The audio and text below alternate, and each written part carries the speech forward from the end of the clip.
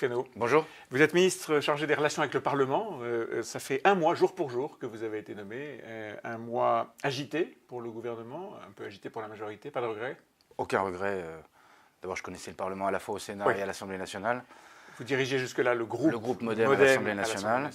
Je connaissais le Sénat par ailleurs. Et donc, c'est un mois aussi de rencontres avec les présidents de groupe, de tous les groupes d'ailleurs, majorité comme opposition, pour essayer de faire en sorte que le travail parlementaire se passe dans de bonnes conditions. On est en plus dans la période budgétaire, qui est une période assez chargée au Parlement. Oui. Chargée. Votre nomination a un peu plus ancré le Modem dans la majorité. Absolument. Là non plus, pas de regret? Aucun regret, parce que je pense que nous sommes comptables de l'alliance qu'on a nouée en 2017 et de la nécessité que ce que nous faisons réussisse. Et donc c'est bien que le Modem soit partie prenante de l'action gouvernementale comme il est partie prenante de l'action au Parlement. Pas de feuille de papier à cigarette entre le Modem, la République en marche? Bon, on a chacun notre identité, chacun a son identité, je crois, mais sur les grandes orientations, les grands objectifs, le projet présidentiel, je crois qu'on est dans la même direction. Après, chacun parle avec son identité, ses spécificités. Mais tout le monde vote pareil. Mais c'est bien, oui, mais ceci dit, chacun porte des amendements qui peuvent être de nature différente et qui sont souvent repris par les uns ou par les autres. Et moi, je pense que c'est sain que la majorité vive sur ses deux pieds et vive sur ces deux expressions. Les Gilets jaunes, demain matin, samedi, on saura à peu près quelle est l'ampleur de la mobilisation.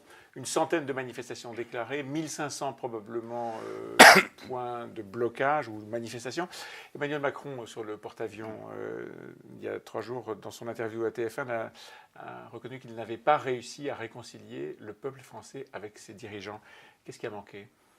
Il a manqué. D'abord, c'est un travail qui est très long et je crois qui va nécessiter des efforts constants des uns et des autres, parce que je pense que les Français... D'ailleurs, c'est ce qu'ils ont exprimé en 2017. C'est la défiance à l'égard de ceux qui les gouvernaient. Alors, on est en poste et en place depuis 18 mois. Ce sont des espoirs qu'ils ont manifestés aussi. Oui, mais je pense qu'il faut regarder à l'issue du quinquennat, que ça doit rester un objectif. D'ailleurs, le président de la République, mais effectivement, on n'a pas encore réussi, parce que je pense que le hiatus entre les citoyens et leurs gouvernants reste profond. Qu'est-ce qui a manqué alors? Je ne sais pas ce qui a manqué, c'est en tout cas la nécessité d'approfondir un certain nombre de réformes, sans doute la pédagogie et le sens, car moi je trouve que le président de la République a redonné ce sens lors de son interview présidentielle, quel était l'élan qu'il avait porté en 2017, et en particulier cette volonté d'essayer de réconcilier, d'être en écoute des citoyens. On a mené beaucoup de réformes depuis 18 mois, simplement à chaque fois essayer de donner le sens des réformes. C'est des réformes profondes, enfin au moins on peut reconnaître que les réformes qui sont menées par le gouvernement sont profondes, sauf que parfois, elles ont du mal, dans l'opinion, à percoler, à montrer leurs effets. Mais est-ce que ce qui se passe en ce moment avec les Gilets jaunes, qui est une espèce d'agrégation de colères différentes, n'est pas la preuve que, contrairement à ce que vous dites, même si les réformes ont été menées, elles n'ont pas permis, effectivement, même d'entamer le début d'un rapprochement entre le peuple français et ses dirigeants? D'abord, produire leurs effets, ça c'est vrai qu'il faut peut-être un peu de temps. Et puis deux, je pense que les Gilets jaunes, c'est l'expression dans les territoires d'une sédimentation de sujets qui se sont accumulés depuis des années. Alors maintenant, notre responsabilité, c'est pas de simplement dire, il y en a qui n'ont pas fait, c'est de faire. Pas les autres. Attendez, je vais vous dire quand même, c'est pas de dire on n'a rien à faire nous, non, qu'on a un travail à faire. Mais dans les territoires que je connais, en tout cas qui vont s'exprimer sans doute demain, il y a la désertification médicale et on voit à quel point c'est difficile de le faire. Il y a la disparition des services publics sans qu'on ait réussi à transformer l'appareil des services publics, c'est la hausse des carburants, mais pas seulement. Enfin, c'est un certain nombre de sujets qui n'ont pas été... C'est la désindustrialisation massive, c'est les crises agricoles successives qui ont vu des agriculteurs partir et se trouver dans des situations difficiles. C'est l'ensemble de ces sédimentations-là qui va s'exprimer sans doute dans les territoires et que je comprends très bien et que nous comprenons très bien. Il y a une difficulté, c'est qu'il faut transformer ces territoires et les remettre, j'allais dire, dans le champ du monde dans lequel on vit. Et il y a un certain nombre de territoires qui se sentent à l'écart, qui voient, si je peux dire... passer les trains et qui depuis des années... la France périphérique. C'est la France périphérique sous toutes ses acceptions. Ce n'est pas qu'une affaire rurale-urbain. Dans le monde urbain, il y a aussi des gens qui ont l'impression d'être à l'écart du dynamisme, à l'écart de la croissance, à l'écart de la chance qu'on peut avoir d'accéder à des fonctions ou à des responsabilités. Et c'est un travail qui est forcément long. Après, c'est à nous, dans nos attitudes, de faire en sorte que, d'abord, nous puissions comprendre et exprimer cette colère, parce que je perçois... Ce que le chef de l'État appelle la considération. Oui, c'est la considération. Il dit, nous avons manqué de considération, je dois apporter plus de considération. Oui, vous devez apporter plus de considération. Oui, c'est collectivement qu'on doit apporter de la considération. Je pense que c'est le rôle des représentants à l'Assemblée nationale. C'est écouter davantage? C'est écouter et... reconnaître les situations de difficulté dans lesquelles les gens se trouvent. Ça ne veut pas dire qu'on va changer les choses. Non, mais par exemple, la désertification médicale, pour reprendre cet exemple, on nous a dit pendant longtemps qu'on avait des solutions qui suffisaient de faire tel ou tel dispositif et que les choses allaient s'arranger. Et puis les gens, ils constatent quotidiennement que quand il s'agit de trouver un médecin, ça ne fonctionne pas. Donc, pas de solution qui était... Le chef de l'État a dit protéger, apporter des solutions.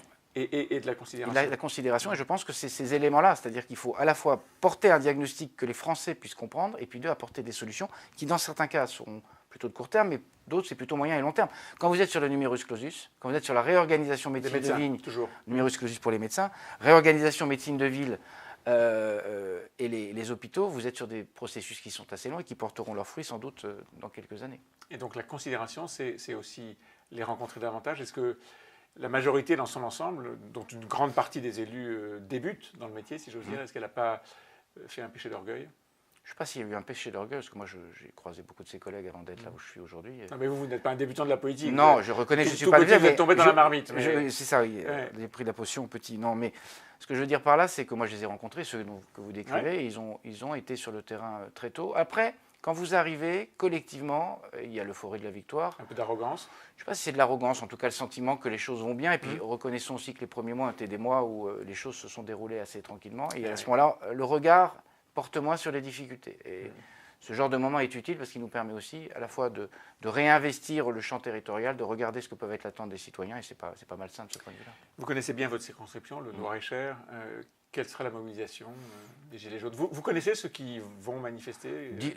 C'est assez variable, j'ai l'impression. D'ailleurs, le président de la République et d'autres collègues ministres l'ont souligné, il y a quelque chose d'assez hétérogène dans ceux qui, en tout cas, organisent ces manifestations. Vous allez retrouver sur des ronds-points ou sur des routes, en espérant que tout ça se passe dans des conditions qui soient des conditions apaisées. Que des gens puissent manifester, c'est un droit constitutionnel et c'est un droit légitime. C'est la dialectique classique. Non, mais c'est pas ce que je pense. Circuler. Oui, mais il y a quand même un droit de circuler dans les territoires. On ne peut pas à la fois dire qu'il faut de la mobilité et bloquer les gens le samedi, qui est une journée pour beaucoup de Français où on a des activités, on fait des courses.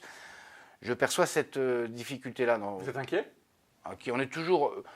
Je sais pas, c'est pas la mobilisation qui m'inquiète, c'est que ça puisse produire des tensions entre les Français. Il n'y aurait rien de pire que ça produise des tensions. C'est une question de responsabilité collective et individuelle d'une certaine façon. Et le fait que l'organisation soit un peu désorganisée, si je peux dire, c'est-à-dire qu'il n'y ait pas d'organisation, pas de leader, etc., ça produit toujours des effets. Et donc c'est plutôt un appel à la responsabilité de chacun pour faire en sorte que ça se passe dans de bonnes conditions. François Hollande, Ségolène Royal, tous les deux rêvent de revenir. Et François Bayrou? Non, je crois qu'il est...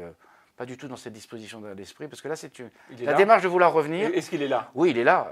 Il est là. Il parle à l'oreille du président. Oui, il est très présent et très à l'écoute de ce qui se passe dans le pays et très à relayer auprès du président de la République et du gouvernement, y compris de nous d'ailleurs, ce qu'il perçoit et ce qu'il sent. Après, la question de revenir ou pas revenir, quand elle est exprimée par les deux personnes que vous venez de citer, François Hollande et Ségolène Royal, je trouve qu'il y a quelque chose d'égocentrique ou d'égocentré dans cette affaire-là. C'est moi, je reviens, comme s'il suffisait qu'une personnalité revienne pour que les choses se résolvent. Par ailleurs, je les invite à faire un peu un travail d'introspection sur les résultats et ce qu'ils ont produit. On est sur les Gilets jaunes. Ségolène Royal vient à longueur de plateau expliquer tout le mal qu'elle pense de la mesure. Simplement, c'est une mesure qu'elle avait elle-même encouragée. Reconnaissons aussi que sur un certain nombre de sujets, elle n'avait pas été assez loin. Je pense sur le nucléaire, elle avait annoncé des fermetures qui n'ont jamais abouti. Donc je trouve que je les invite, eux, pour le coup, à l'humilité. Parce que les Français aussi ont été juges et sévèrement juges de leurs actions. Et vous êtes ministre des Relations avec le Parlement. En 2019, il y aura des projets de loi lourds qui risquent de fracturer peut-être la majorité, en tout cas le Parlement, les Français. Je pense à la PMA, je pense à la réforme de la loi de 1905 et tout le travail autour de la place de l'islam dans la République française. Ça va swinguer? Je ne sais pas si ça va swinguer, pour reprendre votre expression. La PMA, il faut que le débat se passe dans des conditions qui soient différentes de celles qu'on a connues sur le mariage pour tous, parce que je pense que c'est un engagement présidentiel, donc il sera tenu, mais il faut aussi respecter ceux qui exprimeront peut-être une voix différente d'une façon ou d'une autre. Il ne faut pas humilier France, comme avait dit Emmanuel Macron lorsqu'il était candidat. Oui, parce que je crois qu'on ne peut pas humilier l'expression d'un sentiment, d'une histoire personnelle, et donc il faut à la fois mener le débat. Ça ne va pas créer à nouveau des colères, des colères sur un... Je ne crois pas. Et puis d'ailleurs, ce n'est pas une affaire majorité-opposition. Vous voyez bien que dans la majorité et dans l'opposition, c'est des sujets sociétaux. On voit bien qu'il y a des approches qui sont différentes.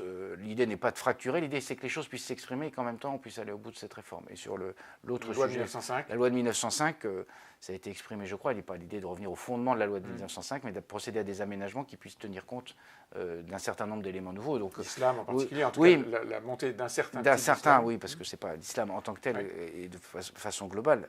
Mais je pense que ça peut se mener, et ça serait bien qu'en France, on puisse mener des débats de cette façon-là, de façon apaisée. C'est une utopie. C'est peut-être en partie de vous. Oui, et c'est la méthode qui compte, et on fera attention à la méthode. Et la considération. Merci. Merci à vous.